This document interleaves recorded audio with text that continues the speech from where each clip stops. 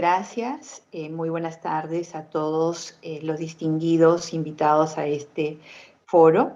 Gracias a la Inter-American Institute for Democracy por la invitación y a Carlos en especial por habernos convocado. Se ha repetido a lo largo de toda esta tarde y por varios de los distinguidos participantes el socialismo del siglo XXI. Entonces nosotros diríamos, ¿cuándo es que este tejido que ahora amenaza con tomar el Perú, por atrapar dentro de sus redes al Perú, empezó a tejerse? ¿Cuándo? ¿Por qué es que ahora estamos discutiendo una inminente entrada del socialismo del siglo XXI en plenitud al Perú?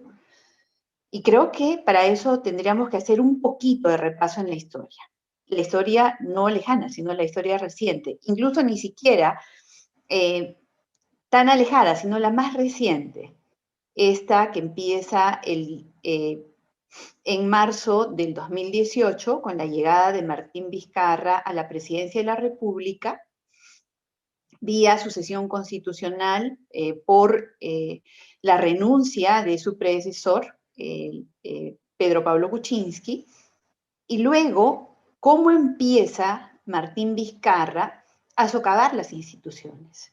Porque ahora nos expresamos con preocupación con respecto a lo que pueda ocurrir en un futuro inmediato con las instituciones y la inminente desactivación de estas, el peligro que corre la democracia o las libertades que tanta sangre han costado obtenerlas y que nosotros podamos gozarlas a plenitud todavía en nuestro país. ¿Qué pasó?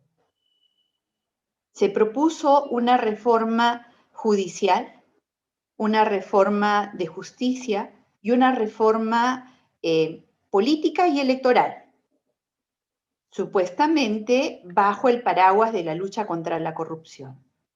El señor Martín Vizcarra fue bastante hábil para poder vender un discurso, ese discurso populista que ha sido desgraciadamente la que se ha propagado por varios de los países de la región y que ahora nos traen aquí para poder discutir sobre este tema. Además, ese discurso populista en el cual él era el gran salvador y había un gran enemigo. Primero fueron los miembros del Consejo Nacional de la Magistratura, para poder tomar a la entidad que nombra y destituye a los magistrados en el Ministerio Público y en el Poder Judicial, lo logró. Luego fue contra el Congreso, en una campaña de desprestigio permanente que terminó con su disolución, una disolución inconstitucional que no fue en su momento analizada a profundidad y vivimos las consecuencias de eso ahora. En su momento salimos también a pedir apoyo, también a denunciar en los foros del multilateralismo o en los foros parlamentarios como la Unión Interparlamentaria o incluso en áreas de debate, en sedes de debate constitucional. No se discutió a profundidad, más bien se validó interna y externamente lo que yo sigo sosteniendo que fue un golpe de Estado. Ahí empezaron realmente a quebrarse todas las instituciones. Hemos continuado en eso, levantamos nuestra voz cuando el Jurado Nacional de Elecciones empezó a trabajar este proceso electoral incompleto, sin uno de sus miembros. Advertimos sobre el peligro de esa falta de uno de los miembros que le daba un poder muy grande al presidente, le daba voto dirimente, le daba doble voto y lo convertía en el gran elector. Alertamos sobre eso y alertamos del grave peligro que para la democracia significaba eso. Advertimos asimismo que el presidente del Jurado Nacional de Elecciones, un juez penal, tenía una visión absolutamente punitiva, no electoral, no administraba justicia electoral, administraba justicia penal. Así tuvo fallos polémicos en los cuales él dirimió, excluyeron, por ejemplo, el Partido Aprista Peruano del proceso electoral. que se bajaron toda la lista parlamentaria por Lima, del Partido Popular Cristiano, que impidieron que participen otros partidos como Perú Nación, el Frente Esperanza, por citar solamente algunos casos. Se advirtió que esa visión que no privilegiaba la participación política, sino que más bien reglamentaristamente excluía la participación electoral, no era la correcta. Sin embargo, parecía que nuestras voces no tenían el eco suficiente y que sí, como muy bien dijo Alan, todos o la mayoría de partidos políticos en ese momento creían tener el control de todo. No era así.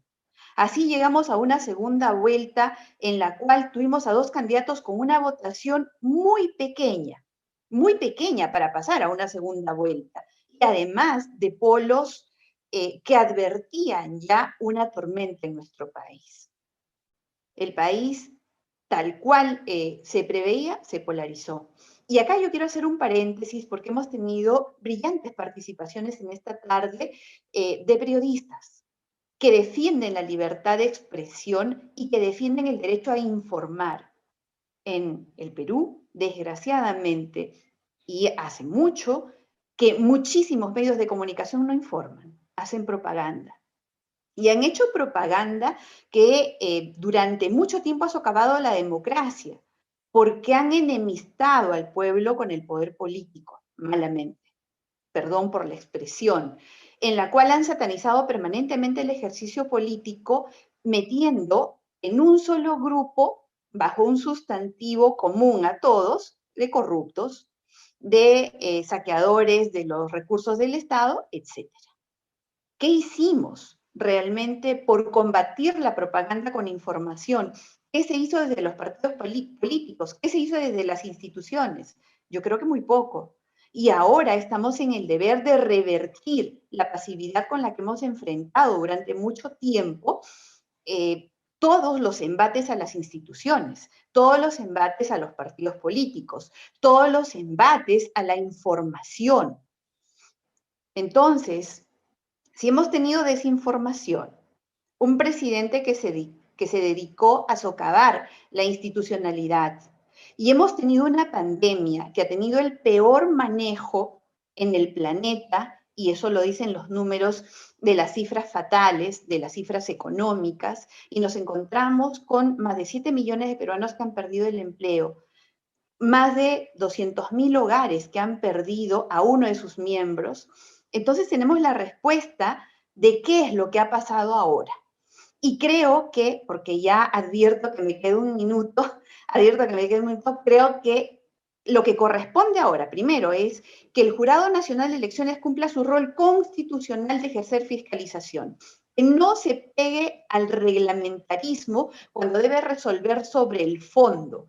Y que esa auditoría la pueda hacer el mismo Jurado Nacional de Elecciones y hay que exigirla, pero hay que exigirla con voz alta. No por gusto manejan 500 millones de soles y tienen una dirección que está especializada para hacer auditoría. Y luego, si eso es desoído, así como ahora, agradeciendo nuevamente al Inter-American Institute for Democracy, que nos ayuden a levantar la voz para facilitar una auditoría y que finalmente quien sea ungido presidente sea aquel que el pueblo haya decidido en una votación que realmente se refleje en los números. Muchas gracias por la oportunidad.